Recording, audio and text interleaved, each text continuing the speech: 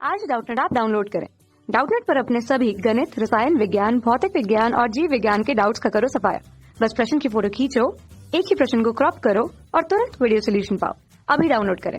प्रश्न है, एक ऊंची इमारत पर बैठा मनुष्य हर 1 सेकंड बाद एक गेंद गिरने को छोड़ देता है। जब छठी गेंद छोड़ी जा रही है तो उस समय तीसरी, चौथी तथा पांचवी गेंद का स्थान हमें बताना है। तो यहाँ पर स्थिति कुछ ऐसी है कि यहाँ एक ऊंची इमारत है, इस पर एक आदमी बैठा हुआ है और यहाँ से ये गेंद को छोड़ता है और हर एक सेकंड के अंतराल पर ये गेंदों को छोड़ता है। तो जब ये छठी गेंद छोड़ेगा तो जो बाकी की 5 गेंद होंगे ये कुछ ऐसे यहाँ पर इस तरह से होंगी। तो हमें बताना है कि जब छठी गेंद छोड़ी जा रही है तो उस समय तीसरी, चौथी और पांचवी गेंद का स्थान क्या होगा। तो जब छठवीं गेंद छोड़ी जाएगी उस समय जो समय का मान होगा उसको हम टी लिख लेते हैं और ये जो टी होगा ये कितना हो जाएगा, क्योंकि हर एक सेकंड बाद ये गेंद छोड़ी जाती है। तो यहाँ पर 1 2 3 4 5 गेंदें हैं और यहाँ पर जब छठवीं गेंद छोड़ी जाती है, इसको हटा देते हैं, यहाँ पर हमारे पास 5 गेंदें हैं और जब छठवीं गेंद छोड़ी जाती है तो उसमें जो समय आएगा, इसके बीच का जो समय अंतराल है वो है 1 सेकंड और इसके बीच का भी समय अंतराल 1 सेकंड है, इसके बीच भी 1 सेकंड, इसके बीच भी 1 सेकंड और इसके बीच भी 1 सेकंड। तो जो कुल समय आएगा वो कितना आ जाएगा, 1 2 3 4 5, तो यह आ जाएगा कितना, 5 सेकंड। हमारे पास यहाँ पर जो समय आ गया टी, इसका मान कितना आ गया, 5 सेकंड। अब हमसे पूछा है कि तीसरी, चौथी और पांचवी गेंद का स्थान क्या होगा। तो यहाँ पर ये पहली गेंद हो गई, ये दूसरी हो गई, ये तीसरी हो गई, ये चौथी हो गई और ये पांचवी हो गई। तो हमसे पूछा है तीसरी गेंद, चौथी गेंद और पांचवी गेंद का जो स्थान है वो बताना है। तो हम सबसे पहले जो तीसरी गेंद है उसका स्थान पता करते हैं। तो माना जो तीसरी गेंद है वो ऊपर से S3 दूरी पर है, तो हमें S3 का मान पता करना है। उसके बाद से जो चौथी गेंद है ऊपर से माना ये S4 दूरी पर है, तो S4 का मान, और S5 जो पांचवी गेंद है वो S5 दूरी पर है, तो S3, S4 और S5 का मान हमें यहाँ पर पता करना है।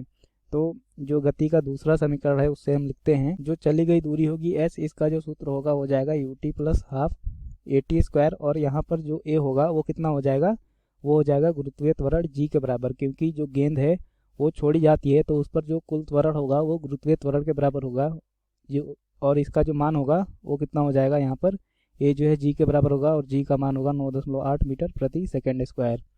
तो और यहाँ पर जो इसका प्रारंभिक वेग है u, वो कितना हो जाएगा, u का मान 0 हो जाएगा, क्योंकि यहाँ से जब ये छोड़ी जाती है ऊपर से तो इसका जो प्रारंभिक वेग होगा वो 0 के बराबर होगा। तो यहाँ पर u 0 आ गया और a का मान आ गया 9.8 और यहाँ पर हमें जो कुल समय है यहाँ पर t का मान तो 5 सेकंड आ गया। लेकिन यहाँ पर जब तीसरी गेंद की स्थिति बतानी है, जब ये छठी गेंद छूटेगा तो उसके लिए जो हमारे पास समय का मान होगा वो कितना हो जाएगा, ये हो जाएगा 1 2 और 3। तो यहाँ पर तीसरी गेंद के लिए जो समय लेंगे t, इसका मान हम 3 लेंगे। तो उसके लिए अगर तीसरी गेंद की जो स्थिति है उसको S3 लिखें तो जो S3 का मान होगा वो कितना हो जाएगा, u का मान 0 इंटू टी का मान 3 प्लस 1/2 इंटू ये है 9.8 इंटू 3 का स्क्वायर।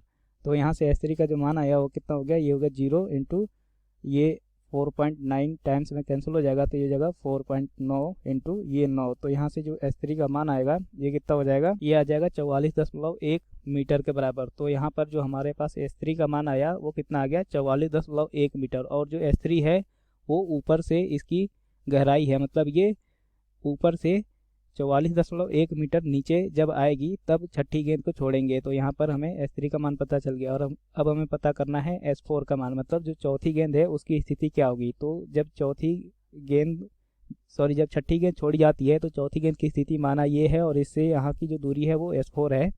तो यहाँ पर जो समय का मान लेंगे वो कितना हो जाएगा, वो हो जाएगा 1 + 1, मतलब यहाँ पर समय जो होगा t, इसका मान 2 सेकंड हो जाएगा। तो इसके लिए अगर हम S4 का मान लिखें तो ये हो जाएगा कितना, ut plus half AT square.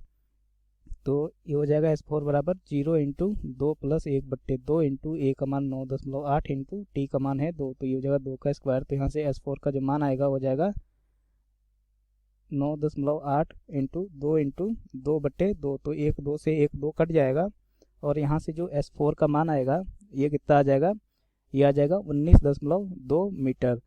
और ये जो S4 है इसका मान ऊपर से 19.2 मीटर आएगा। मतलब जब छठी गेंद छूटेगी यहाँ से उस समय जो चौथी गेंद का स्थिति आएगा वो ऊपर से 19.2 मीटर नीचे होगा। अब हमें पता करना है S5 का मान, तो S5 के लिए लिखेंगे UT plus half AT square, और यहाँ पर जो समय T का मान होगा वो कितना होगा, जब छठी गेंद छोड़ेंगे तो पांचवी गेंद की जो स्थिति है वो कुछ यहाँ पर होगी, और इन दोनों के बीच का जो समय अंतराल है वो कितना हो जाएगा, वो हो जाएगा समय T बराबर 1। तो यहाँ से हम मान रखते हैं, तो S5 का जो मान आएगा वो कितना हो जाएगा 0 इंटू 1 प्लस 1/2 इंटू 9.8 इंटू 1 का स्क्वायर। तो यहाँ से S5 का जो मान आएगा वो कितना आ जाएगा, वो हो जाएगा 0 प्लस ये 4.9 आएगा, और कितना हो गया ये 4.9 इंटू 1। तो यहाँ से S5 का जो मान आया वो कितना आ गया, वो आ गया 4.9। मतलब जो पांचवी गेंद है वो ऊपर से जहाँ पर ये आदमी खड़ा है वहाँ से 4.9 मीटर नीचे उस स्थिति में होगी जब छठी गेंद छोड़ेंगे। तो ये हो जाएगा हमारा फाइनल आंसर। कक्षा 6वीं से 12वीं से लेकर नीट, IIT, JEE वो एडवांस के लेवल तक 1 करोड़ से ज्यादा छात्रों का भरोसा। आज ही डाउनलोड करें डाउटनेट ऐप या व्हाट्सएप करें अपने सारे डाउट्स 8400 400 400 पर।